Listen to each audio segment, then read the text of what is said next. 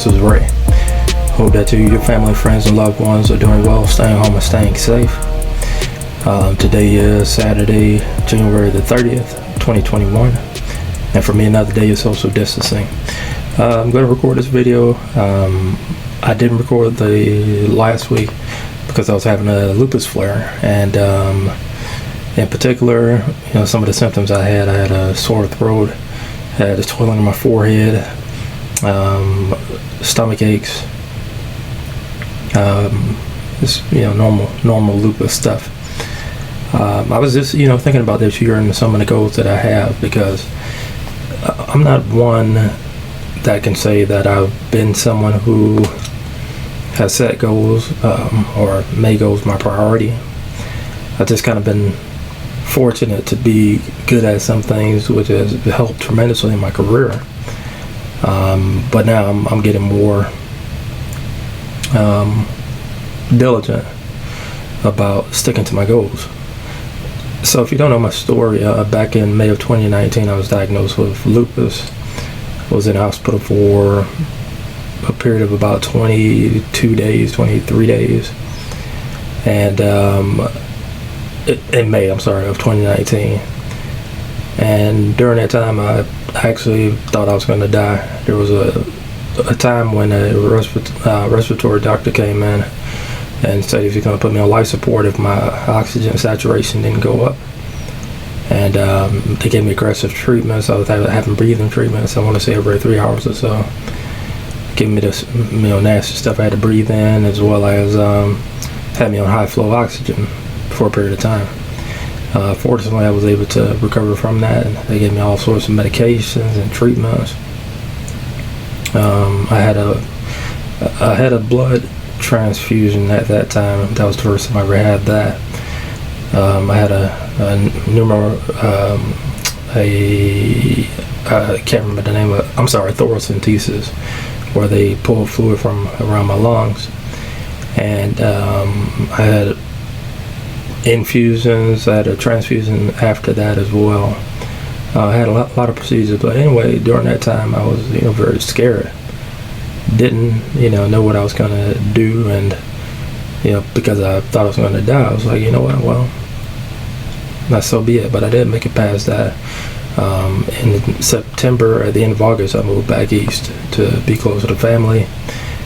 Took on a previous position. It was temporarily, but as soon as I got there, I ended up having a PE and DVT, which is a pulmonary embolism and deep vein thrombosis, and that was one of the most painful experiences I ever had. I remember the night before I went to the hospital, I was trying to lay back in bed, and it felt like somebody was punching me in the chest and kicking me in the chest, and I didn't get a wink of sleep. And this happened to be the second day that I was back in that office. Unfortunately, my boss took me to the hospital, and they checked me in and ran all sorts of tests and figured out that's what I had, and I had to be put on blood thinners, and I've been on blood thinners ever since. So in February, I transferred to the office that I'm in now, my permanent home, and the third day back in that office, I had a grand mal seizure, and basically in front of all my colleagues. Pretty much they all left the room, but my boss and the manager of that office was there and saw it happen. And I heard that I was talking to one of my colleagues, and I don't remember that happening. What I do remember happening is that I came to in an ambulance, and one of the drivers was talking to me. Don't know what I said. I was kind of foggy throughout that whole thing, and I was in the hospital for 5 days that time, and because of that, was out of work for a month on temporary medical leave. Went back to work in March, and I've been fortunate to say that it's been since February of last year that I was hospitalized, which is the longest stretch I've gone within a 3-year period.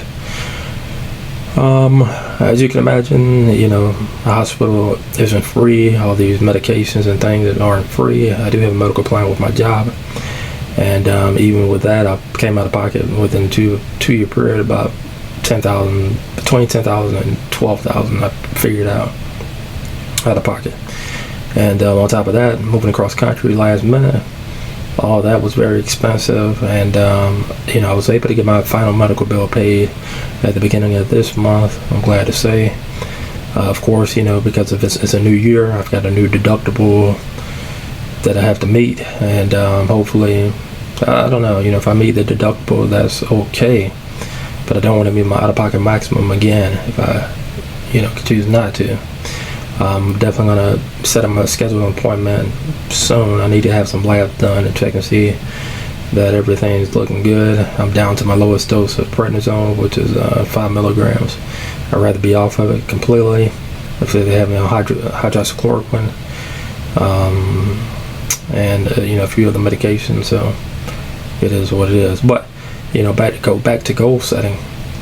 One of my biggest things this year is to follow my goals, in particular when it comes to work. So I'm going to be celebrating my 10-year anniversary on the 22nd of next month. It's hard to believe it's been 10 years. It's been quite a crazy ride, considering that I started, from the mailroom basically to becoming a manager. And, due to my health, I decided to step down from management and just focus on my health, make that a priority, because, it's extremely overwhelming being a new manager as well as trying to manage your health. Just didn't seem like it was possible to do. And so, because we're in the midst of a pandemic, I decided to take some industry exams, and I'm glad to say that I've gotten 2 designations, and that's cool and all. I've also got a certificate in the industry, and that's cool. It's one thing to get the designations, but to be able to use that information and to be able to share it with others to make me stronger in my industry is ultimately what I'm looking to do. So, I've got that done, and this year I plan on getting 2 more designations. The final one is going to be the biggest one, and it's recognized throughout the industry, and that's great. And I hope to have that done by the 3rd quarter. So what it's going to take is for me to be able to register for a class and take an exam each month, and that's exactly what I'm going to go for doing. So I put in my calendar what course I'm going to get scheduled for, as well as when I plan on taking the exam. Of course, it's flexible. I'm going to go with what my schedule looks like at work. The good thing is for the most part, I'm working from home. I do go into the office from time to time, but in the morning, what I do is I'll study before work.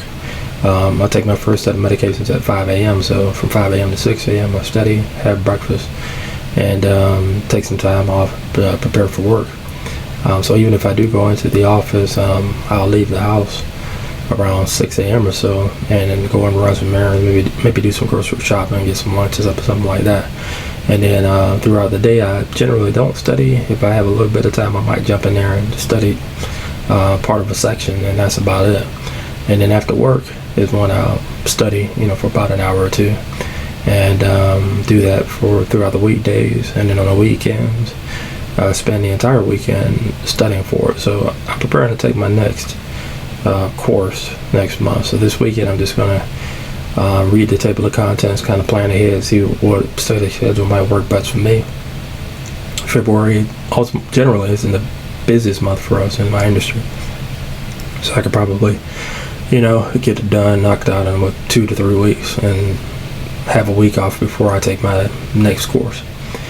And I'm just going to press on through it, go ahead and get it done. I have the focus now, I have the desire to do it, and ultimately it's going to be beneficial not only for me, but for my office and for all the people that I help out, internal and external customers. So yeah, that's what I got going on. And financially, some things that I like to work on. Of course, I still have to pay off those moving expenses. I took out a loan to be able to do that. I didn't have the money, especially with incurring all the medical expenses and things like that. And I was only out west for not very long, so I was trying to build my savings. I depleted my emergency savings, so I'm gonna build that back up. I'm working on that right now, as well as if you have student loans. I'm not sure if you all know this. If you have student loans, you probably do know this, but they've put a pause on interest as well as payments since last March, and I think President Biden has signed a extension until September, the end of September. But I've been paying my loans. Unfortunately, that with my company, they do pay a portion of the loan.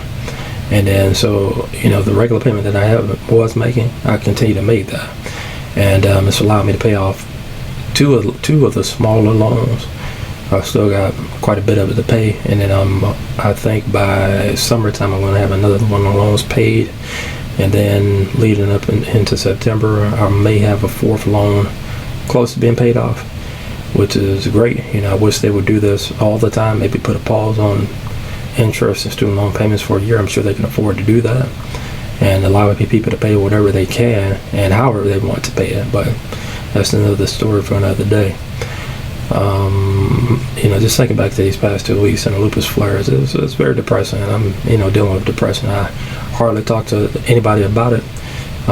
What happens to me is that, people will want to put in there, give me their opinions about things, and I get it. That's fine. But I don't think they're taking into mind what I'm going through. So when I hear things, I take it to heart. But understand that it can be frustrating, especially when I'm reading all these things about lupus and talking to my doctors and all these things. And I think sometimes people forget that I even have lupus, and I just kind of go through it silently. And maybe that's a hang up on me, but whatever, it is what it is. I've got to learn how to cope with it and better be able to not let it get to me, others' opinions. I'm living with it, ultimately. Alright, so I'm not sure how to wrap this up, and I'm not sure if I covered everything I wanted to talk to you about. If you want to get better at setting goals, just, get a planner or write it in there. Even if you miss some things, that's fine. I've been getting better with every day going into my planner and, maybe setting one big goal for the day, and then just kind of planning on my day, some of the duties that I have to do. I put it in there and say, okay, so this guy gets this done, do it, get it done, do it. And then every month I review my yearly goal and check that off and update that. A big part of my week is to go through my budget and plan ahead. I've been doing this new budget this year, which has made it a lot easier, actually. I've been budgeting for years, but this one in particular, I'm not gonna show you how to do it, now, because I'm a novice at the one that I'm doing. But it's very intuitive, very smart, very easy. And all right, I've talked enough, man. This video's going on for almost 12 minutes. Almost over 12 minutes. As always, thank you for watching. If you liked it, feel free to hit the like button, comment, and subscribe. Then hit the bell for notifications. That'll let you know when my newest videos are posted. And yeah, that's all I got. Take care, and I will see you in the next video. Bye-bye.